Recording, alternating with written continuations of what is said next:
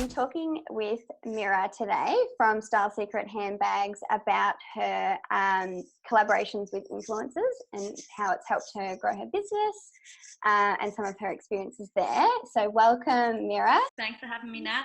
Awesome. All right, I will jump straight in with the questions. So tell us a bit about Style Secret Handbags Hire. How did it come about for you? So I started Style Secret about 4.5 years ago now. Yep. And so we were probably one of the first ones in Australia. And yeah, I started it just from my own personal collection, which I only had like a couple of Prada totes, and just started posting on Instagram. And then from there, I was posting a lot of inspo pics. So people were then commenting and saying, can I get this bag or, something. And we didn't actually have the bag. So then I started buying some. And it all just kind of grew from there. I started with 2 and now have nearly 50. So. Wow. And you're based in Melbourne, is that right? No, I'm actually based on the Gold Coast. Oh, cool. Right. Everyone thinks Melbourne or Sydney, but yeah, we're on the Gold Coast. Awesome. Yeah. And do you send them out Australia-wide or do you do local? Yep, so we ship Australia-wide just with Post Express. And if someone's on the Gold Coast, I'll go and do a local drop-off so then I can meet them and sort of face-to-face, which is good. So when did you start using collaborations? I started using collaborations quite early on. It was actually before I even had a website, which was probably a bit of a silly move. And then actually someone's representation said, get back to us when you do have a website. So I did that, and I did a lot of paid collaborations back then. So Gabby Epstein was one, Rosalia Russian, who's based in Melbourne, and Shannon J, who was also based in Melbourne at the time. There were a couple that I used early on. And it was more so to grow the following, just to get the name out there, because no one knew about us at all. So you went through their management to find them, or did you use another service? With Rosalia, I used her management, LMB management, and Gabby, I just contacted her direct, and Shannon actually reached out to me, and then we just went from there. Yeah. Most people just reach out via email or DM. So your goal with using influencers originally was to grow your following and get sort of exposure? Yeah, because we had barely any followers. No one knew about us, and it wasn't as big as what it is now. So back then, there wasn't really any other handbag hire companies. There was the dress hires, but not handbags. Yeah. So yeah, it was just to spread awareness and to gain followers, which worked. So how did you find the influencers that you wanted to work with? So I found when you actually pay them, it's better. They are professional and they do exactly what you want. So however many posts you've agreed to, specific time that you want them to post the image and things like that. Whereas if it's a free one, it can be a little bit all over the place. Yeah. So they might not even send pictures at all. It can be a bit tricky like that. So are you still using influencers now, or have you found that now that you've grown, you don't need to as much? We don't pay for collaborations anymore. So these days we have a couple that we've worked with in the past who we stick with because we know that they're good. We do get a lot of requests from other influencers who want to work with us. And so we just see if it's a busy time of the year, we say no because we would prefer to hire them out. And yeah, also just depends if they kind of fit in with our style. A lot of them are kind of more your bikini kind of pages and not really what we're looking for. And yeah, if they're good, we'll work with them again, but some not so good. So when an influencer reaches out to you, which probably happens more now that you're established, what would they say to you? What sort of offer do they have? Some are really kind of blunt and to the point and will be like, hi, I'm whoever, I have this many followers, I have this event on this day and would like this bag, this is my address. And I'm just kind of like, okay, slow down a second, that's not how it works.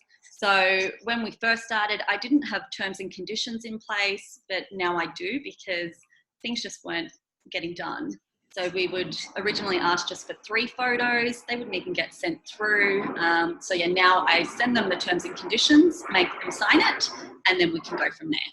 So you have a contract, or it's sort of something that they read and then they agree to that?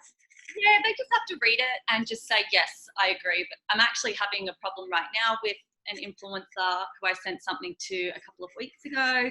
And she said, yes, I will take 4 to 5 pictures and send them through for you. And I'm still waiting on the pictures. And now she can't understand why I'm upset that the collaboration didn't work out. And was this a free collaboration or was this one a paid? Yeah, a free. Yeah. And she contacted us as well. She contacted you. Yeah.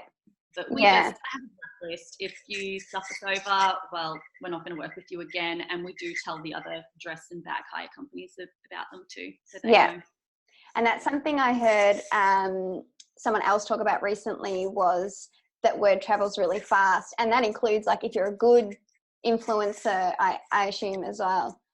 So you said you've got a few that you're working with still from the beginning, or how have those relationships developed? Not really from the beginning. Some aren't posting anymore. We did have 2 girls from Adelaide who were really awesome, but they moved to London. So, and I'm not going to send it back to London for pictures. It's just not worth it. So yeah, we don't really have anyone from the beginning anymore, but there is some who I've been working with for 3 years and who are great. And what makes a good collaboration partnership with an influencer, do you think? Someone that will take the photos that we request. We don't ask for much. All we ask for is 4 to 5 photos. You don't have to post them on your page. You only need to post 1. And so just send them through to us. And also sending the product back on time. So the influencer I told you about before actually sent the bag back 4 days late, and we ended up losing a hire on that bag. So if you return things to us on time and take good care of it, in the early days, I think we're just excited and we sent bags out to anyone who asked, especially stylists.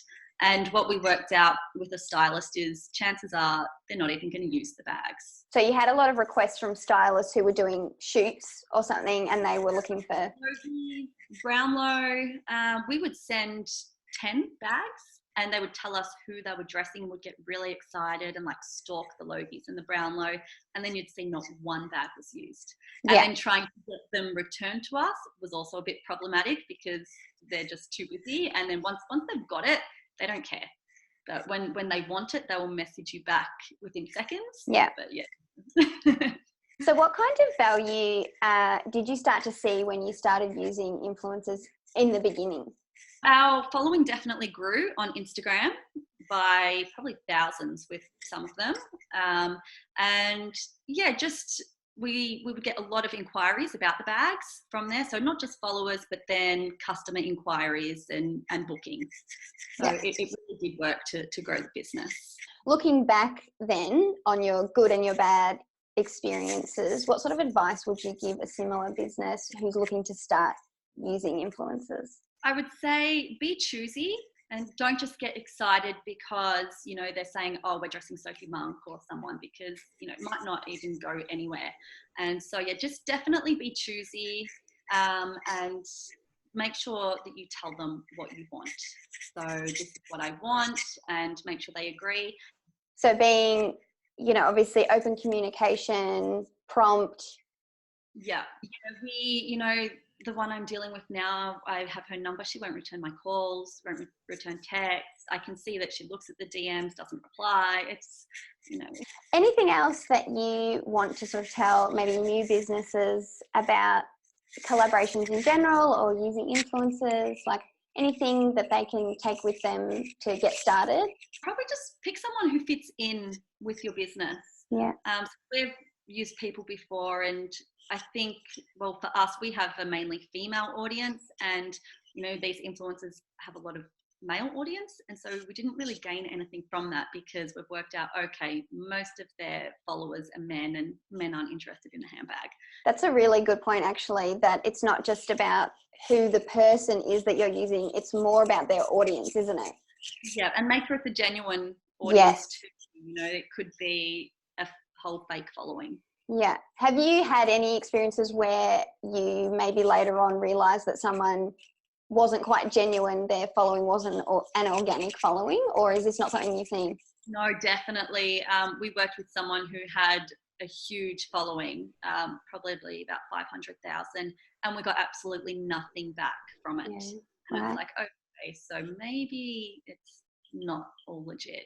And how would you go about finding out if someone's audience is legitimate or paid? Well, we will go and look on their page and see, you know, likes, and does the likes kind of match up with how many followers they have and comments and things. Sometimes you can pick those spam comments. And even potentially like scrolling through their followers, you know, you can look at the whole list of things. Exactly. A bit of an idea of whether those look real or not real. That's a really good one, actually. That's all the questions I have. Thank you so much for answering those. That's really helpful for especially people who are starting a business or have a business and they're looking to grow, and engaging influencers, which is still really new, and there's not that much information about how to go about it. So that's really helpful. Yeah, awesome. Thank you for having me. Thanks, Mira. Thanks, Mel. Cut. Awesome.